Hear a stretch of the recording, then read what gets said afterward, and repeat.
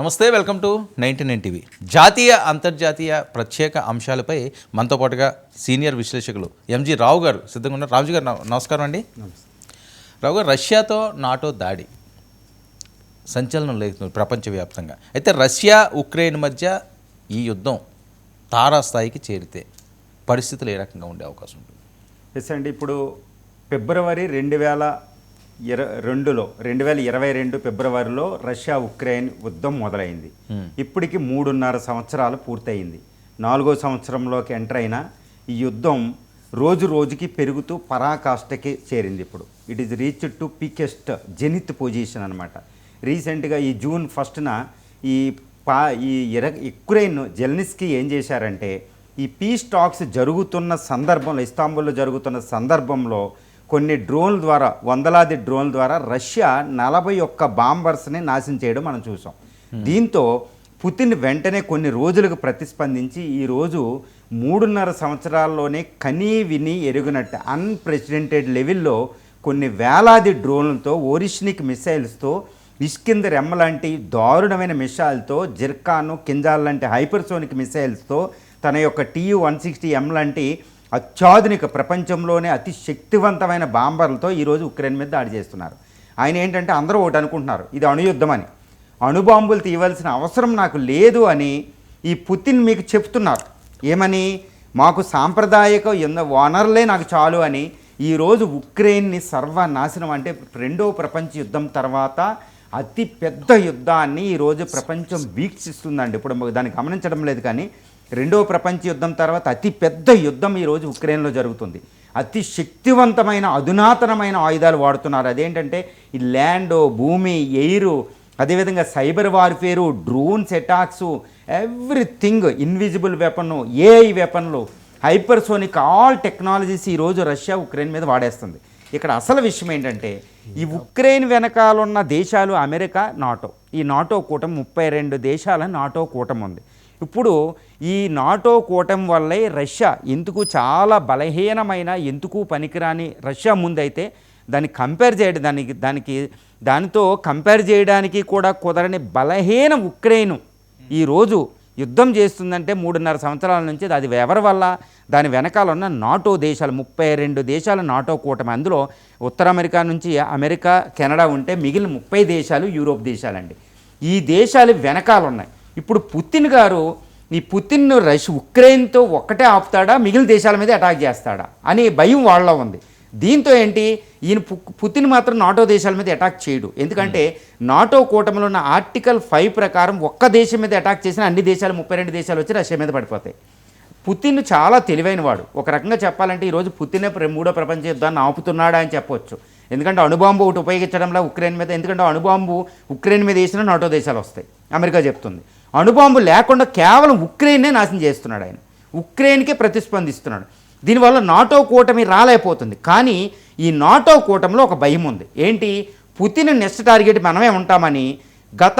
ఈ ఉక్రెయిన్ వారు మొదలైనప్పటి నుండి ఈ నాటో దేశాలు, ముఖ్యంగా యూరోప్ దేశాలు, ఈ Germany, France, Britain, Spain, Poland, Romania, Hungary, ఈ కంట్రీలన్నీ, పైగా ఈ స్కాండినేవియన్ కంట్రీస్ లైక్ ఈ స్వీడన్, నార్వే, ఫిన్లాండ్, డెన్మార్క్, ఈ దేశాలన్నీ కలిసి పెద్ద సైన్యాన్ని సమీకరించుకుంటున్నాయండి. ఇది అసలైన ప్రాబ్లం. ఇప్పుడు ట్రంప్ వచ్చిన తర్వాత ఈ నాటో యుద్ధం మీ దారి మీరు చూసుకోండి, రష్యాతో నేను గొడవ ఆడినని శాంతి ఒప్పందానికి వస్తున్నాడు. దీంతో ఇంకా తీవ్రమైంది. ఇప్పుడు పుతిన్కి ఇంకా అవకాశం దొరికింది. కేవలం నాటో, అమెరికా లేని యూరోప్ మిగిలిపోయింది. అంటే ఈ దేశాల్లో ఫ్రాన్సు, బ్రిటను, ఈ నార్వే, స్వీడన్లో భయం పట్టేసుకుంది. అరే ఇప్పుడు ట్రంప్ ఎలాగో రాడు, వ్యాపారస్తులా ఆలోచిస్తున్నాడు, ప్రతి రూపాయి సేవ్ చేసుకుంటున్నాడు. పైగా ఆయన టార్గెట్ చైనా, రష్యా కాదు. సో శాంతి ఒప్పందం అంటున్నాడు. ఈ పుతిన్ చూస్తేనేమో మమ్మల్ని వేసేస్తారని ఈ నాటో దేశాలు, అమెరికా లేని నాటో దేశాలు ఉక్రెయిన్ నిలబడి ఉక్రెయిన్తో యుద్ధం చేపిస్తున్నాయి. కానీ అదే సందర్భంలో ఈ నాటో బ్రసెల్స్, అంటే నాటో కేంద్రం ఉంటుందండి అది బ్రసెల్స్లో, అక్కడ నుంచి ఈ నాటో అధ్యక్షుడు యూరోపియన్ దేశాలన్నీ కలిపి యుద్ధానికి ప్రిపేర్ అవుతున్నాయి. ఇప్పుడు యుద్ధం రాబోతే నాటోపై అమెరికా రాదు కాబట్టి నాటోపై పుతిన్ని అటాక్ చేస్తాడా, లేకపోతే నాటో దేశాలు రష్యా మీద అటాక్ చేస్తాయా అనేది ప్రధానం. అంటే కానీ ఈ అంశంలోనే సార్ దీనికి ట్రంప్ ఒప్పుకుంటారా? ఇందులో అసలు భారత పాత్ర ఏమైనా ఉంటుందా?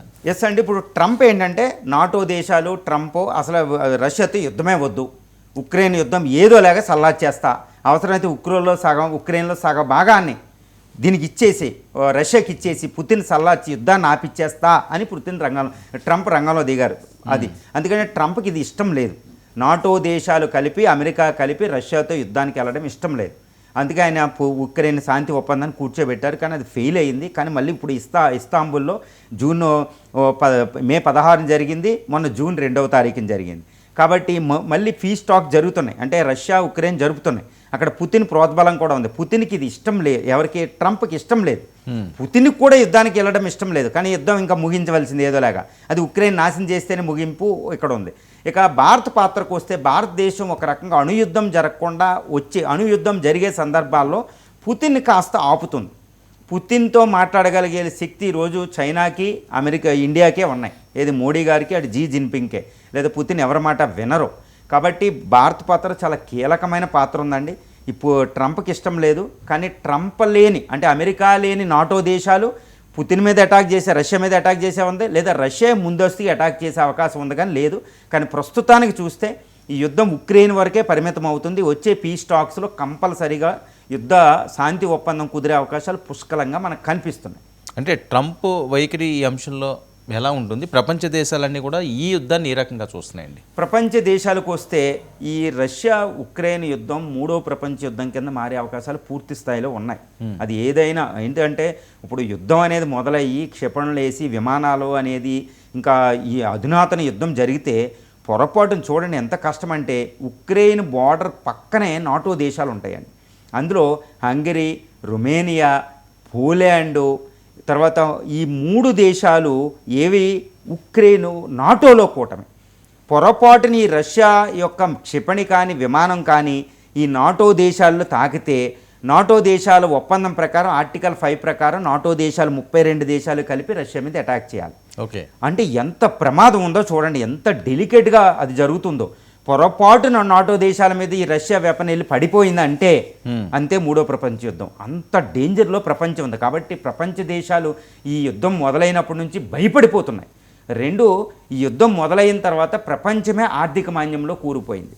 ప్రపంచం ఆర్థిక మాంద్యంలో కూడింది. భారత్లో మనకి ఈ ప్రభావం లేదు, ఎందుకంటే భారత్ చాలా జాగ్రత్తగా రష్యా నుంచి చౌకైన ఆయిల్ అయ్యి తెచ్చుకుంటున్నాం కాబట్టి మనకు లేదు. కానీ ప్రపంచంలో అన్ని దేశాలు ఆర్థిక మాంద్యంలో కూలిపోయి ఎంత అంటే Germany, Britain, France, Japan, America కూడా ఆర్థిక మాంద్యాల్లో వెళ్ళి కుంగిపోయినాయి అనమాట. శ్రీలంక కుంగిపోయింది మన ముందే. అన్ని దేశాలు కకావికలం అయిపోయింది. ఈవెన్ చైనా యొక్క గ్రోత్ రేట్ కూడా పడిపోయింది. భారతదేశం రక్షించుకోగలిగాం.